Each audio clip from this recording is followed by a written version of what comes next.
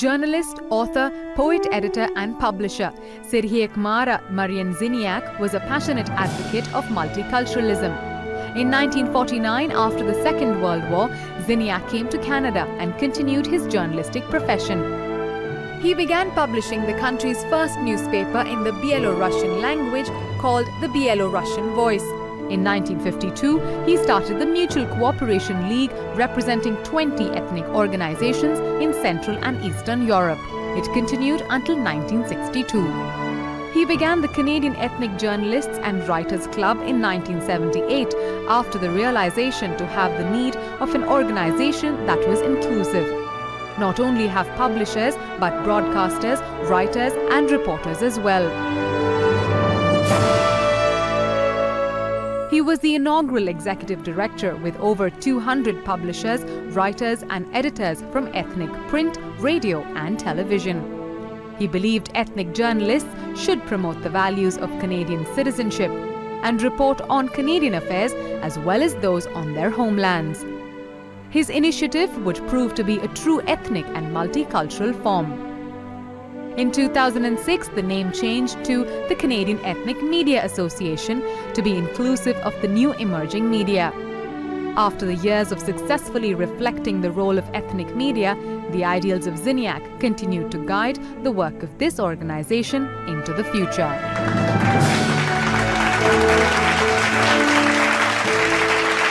Good evening, everyone. I am deeply touched by the introduction that I received here. Joseph, we go back a long way, and I just say, I consider you one of the great city builders of this great city, and to have you here this evening and do the introduction is truly memorable, so thank you very much.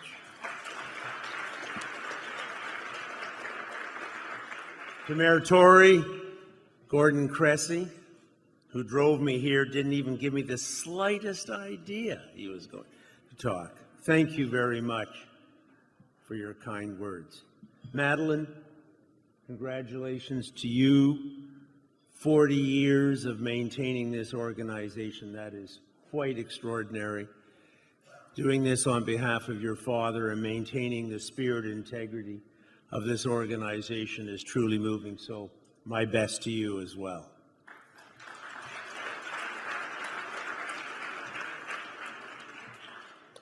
So I can say to you that it really is quite an honor for me to be here to accept this award this evening. But I want to start by saying that I do so on behalf of all the reporters, the editors, the photographers of the Toronto Star, who I have had the privilege to lead. I guess it's been 40 years. And what I wanted to talk to you tonight, given what this organization stands for and some of the stories you've heard, is how we have covered what I consider one of the greatest stories of our city, and that is the dialogue on diversity. And I think one can say that all this city's newspapers, many of whom are represented here today, large, small, ethnic, English, non-English, they've all played a role in shaping Toronto as we have grown. Not that I want to say that all is settled and that all is fine, but I think that newspapers, and here I will single out the Toronto Star as well, can take a pride in what I think has been a dynamic process as we've discussed diversity, and it's started a conversation that has caught the fancy and the admiration of the world.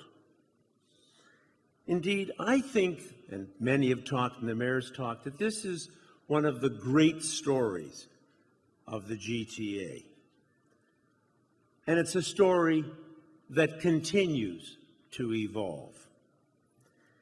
I think we can take great pride in the fact that Toronto is a world leader in creating the vocabulary for a diverse society and how we talk to each other about how we want to go forward. I think, particularly given the last 2 years, we can appreciate very much words matter. And I think that is why the dialogue on diversity and how we talk to each other about issues is extraordinarily important. So in thinking about what I would say this evening, I thought back for the last 30 or 40 years, some of the issues that we've had to face. And it does tell a fascinating story. If you go way back, one of those first issues was whether or not we would let Mounties wear a turban. You can remember that. Later, shortly, the role of heritage languages other than French and whether or not we'd allow them to be taught in our schools.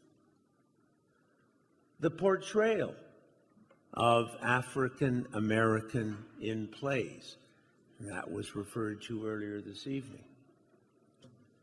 The whole issue, appropriation of voice, be it for a Royal Museum exhibit on Africa or an Indigenous play. Another that Gordon mentioned and for which we at the Star take great pride, racial profiling on our police force and how we should think about that.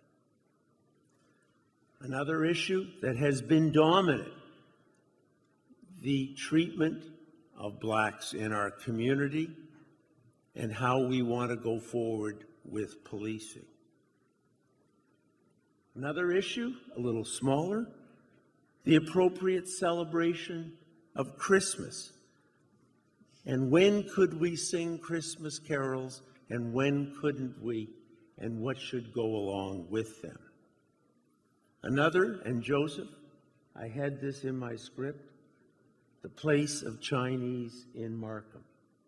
At the time, that was an extraordinarily important issue.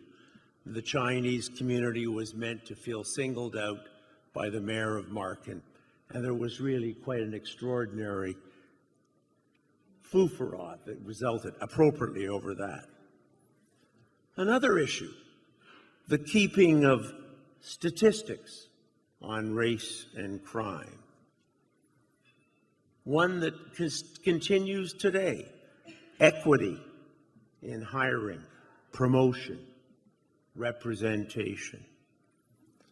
In the last 20 years, another one, the portrayal of Muslims in our city. And finally, and we now have a columnist who deals with this all the time, and an issue that's something that is there every day. How do we discuss race? This list is by no means exhaustive, but yet when you look back, it reveals the depth and the breadth of that dialogue on diversity, which has unfolded over the last half century.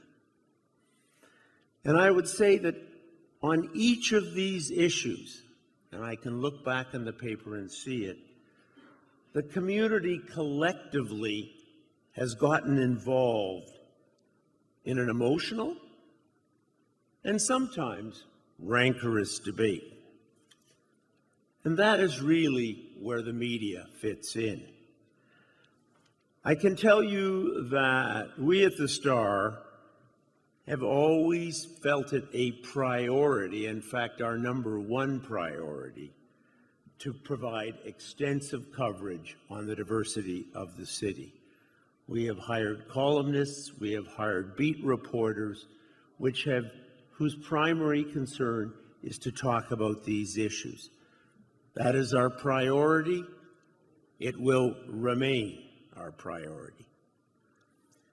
And as a matter of policy, we've also tried, when these issues come up, to present the conflicting views, to present different solutions, different angles. And in fact, I think we can say that we often in these issues, we wallow in the debate. We get right in. I think that's a very good thing. Often, even though the debate gets heated. But again and again, what I've observed over the last half century is that after there's been a thorough thrashing about, we ultimately come up with an answer. It's often a compromise on how to move forward. Not always, but most often that's been the case. And from each of these issues and each of these discussions, it has always been my sense that we learned something, even though there may be emotional scars, as they probably are from Markham. But I would argue that each of these debates, and we've had many, are like bricks. They have laid the foundation for a better understanding of how diverse peoples live together in harmony. More and more, it has meant that we all embrace, and I love this phrase, what noted Canadian philosopher Charles Taylor called the politics of dignity. This is no small feat. Others in the world look at us in admiration. I want you to know that at the Star, we have always taken this role very seriously.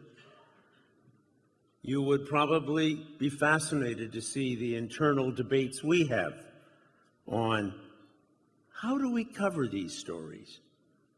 What words should be used? What photos are appropriately? What op-ed pieces should we run? To varying degrees, we know that the paper has acted as a mirror, as a facilitator, a cajoler, a critic, and yes, as a provocateur. We've often been criticized for not being helpful, for not being sensitive enough. And I can tell you, it has been and remains an imperfect process. But nevertheless, I can say we feel very proud of the role we've played in this dialogue and in the building of our diverse city. We've never underestimated the responsibility that accompanies this role, which is why this award tonight is so meaningful. As a recognition of our efforts, however imperfect, we are appreciative. As an acknowledgement of the importance of our role, we are thankful. And as an affirmation of playing a positive and constructive role in our community, we are humbled tonight with gratitude. Thank you very much.